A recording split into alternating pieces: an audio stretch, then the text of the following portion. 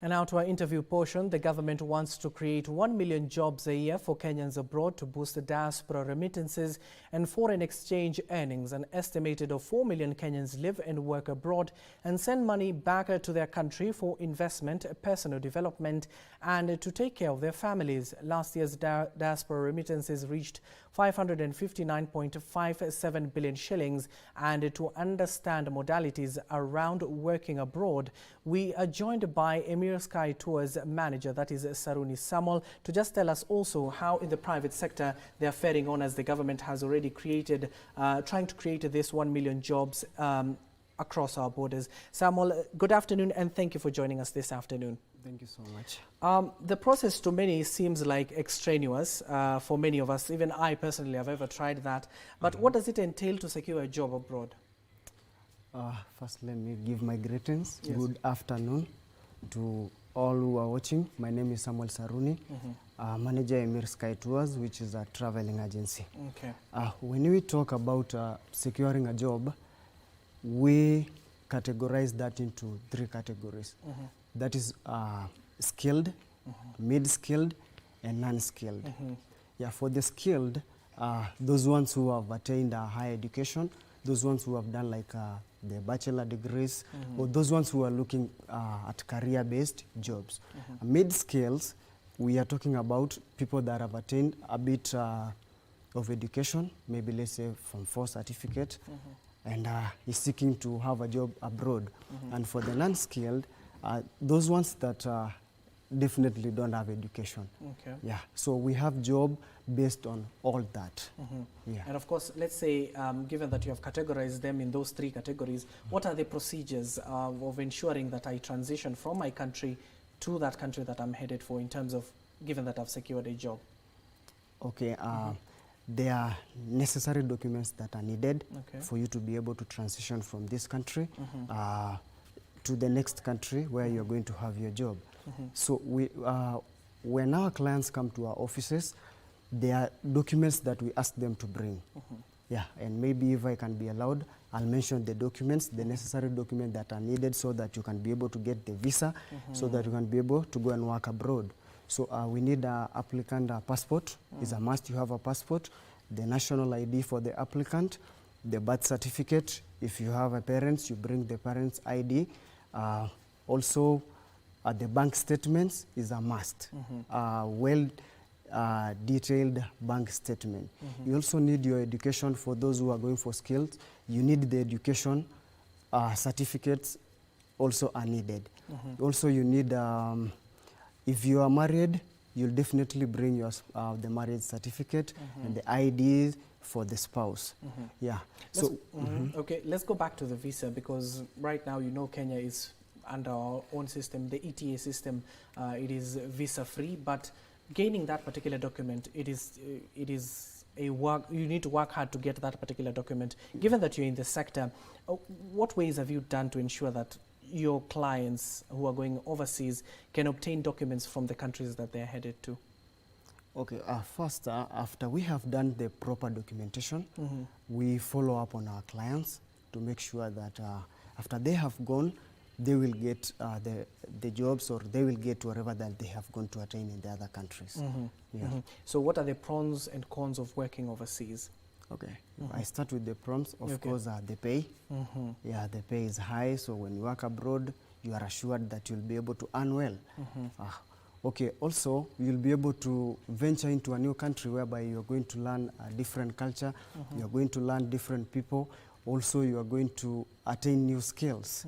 Yeah, and for instance, if you are jobless here in the country, you are going to be able to display or to use the knowledge that you attain in the country. Yeah. So those are the pros. Of course, for the cons, number one, for the cons, sorry for that. Number one, when you go and misbehave in the other country, of course, you'll be taken back to the country. So that is number one. When you go there and you don't follow the rules that are needed, you'll be able to come back to the country, or you'll not get whatever that you wanted, once you go there. Yeah. And we've seen a majority of us, not just Kenyans, but in the African continent, opting to go to the United States or to the UK. What is the motivating factor of going to those two countries? Why not Switzerland or Denmark, those quiet countries? As for our agency, we motivate people to visit the UK and the US. One, because in US or in the UK, you paid as per hours. You're paid in hours. So that one can give you a chance to determine on how you need or you want to be paid. Because if it's 4 hours, that means you can be able to work in 1 or 2 or different kind of jobs. So that one motivates our clients to be able, or we motivate our clients to be able to choose the United States or the UK. Yeah. And after they have gone to those countries, do you keep tabs on them? Because we have witnessed what has happened in some of the Middle East countries where they are being harassed on some, they are in terms of how they are paid, it's not well laid out. So as an agency, do you keep tabs on the people you have sent out there? Yes. Yes. I just want to let our clients or our customers know that since the beginning, that's when we are doing the documentation for them, we do a follow-up on them. We do a follow-up because you find that in a country like Canada, we have our hosts there. We have our agents there. So we follow up to make sure that these people have attained whatever that we have sent them to go and get. Yeah. And of course, given that you have mentioned Canada, you've seen the latest move from the Canadian government led by Justin Trudeau in terms of ensuring that they do not accept many of people who are coming to into their country. Maybe given that your agency is there, how have you dealt with that? Okay, we are aware of that, and as an agency, we have done our research and we have acquired other countries. Yes, we like to encourage our clients that we have more and more countries, especially in the Schengen countries, that is Germany, Poland, and you heard that our president have already mentioned something about Poland. Yes. That means that there is something that is coming up. Yeah, there are opportunities for our Kenyan in such countries. Yeah, so we have decided to diversify in order to make sure that we have solved this problem as an agency. Yes. And of course, you've seen from the government move since they took over power back in 2022, they are committed to ensure that many of us go outside the country and seek employment. So given that you're in the private sector, so has your agency been complementing what the government has been doing in the public sector? Yes, we have been doing that because we have taken so many people. We have taken so many people since the back years, and we are still doing that. We are still encouraging people. And once you come to our agency, we'll give you the right direction. We'll ask you for what exactly is needed so that we'll be able to deliver. We are receiving so many notifications that there are many jobs abroad. And as an agency, we take our initiative to market and to do the job that the government has perhaps given unto us. So to make sure that we deliver these, because it is true that there is lack of jobs in the country. Yes. It is low.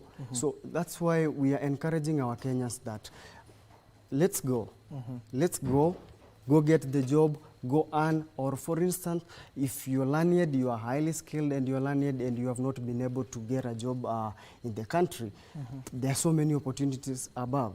And that's how we come in as an agency to make sure that we have sorted our people, or we have done what the government need us to do. Quite rightly so, you've talked about the unemployment, which is high in the country as we speak. So given that the Kenyan who's watching you right now, what do they need to do? What is that first step they need to take so that they can secure employment out there? Okay, the first thing they need to do is that first do the research that, yes, I don't have a job, yes, I'm unemployed. Do a research and know that which country I would like to go, which countries are giving out these job opportunities, which are these countries. And then after that, seek for the right agency. And that's why we come in as a EMIR Sky Tours, whereby once you come to us, we'll give you exactly what is needed. We'll ask you for the right documents. We'll do a consultation to the best level to make sure that people are getting jobs abroad, because we have many vacancies as an agency. We have jobs opportunities.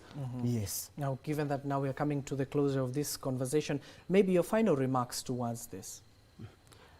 my final remarks toward this is that I would love to tell our Kenyans or our Kenyans youth who are mostly or more affected that come to our agency.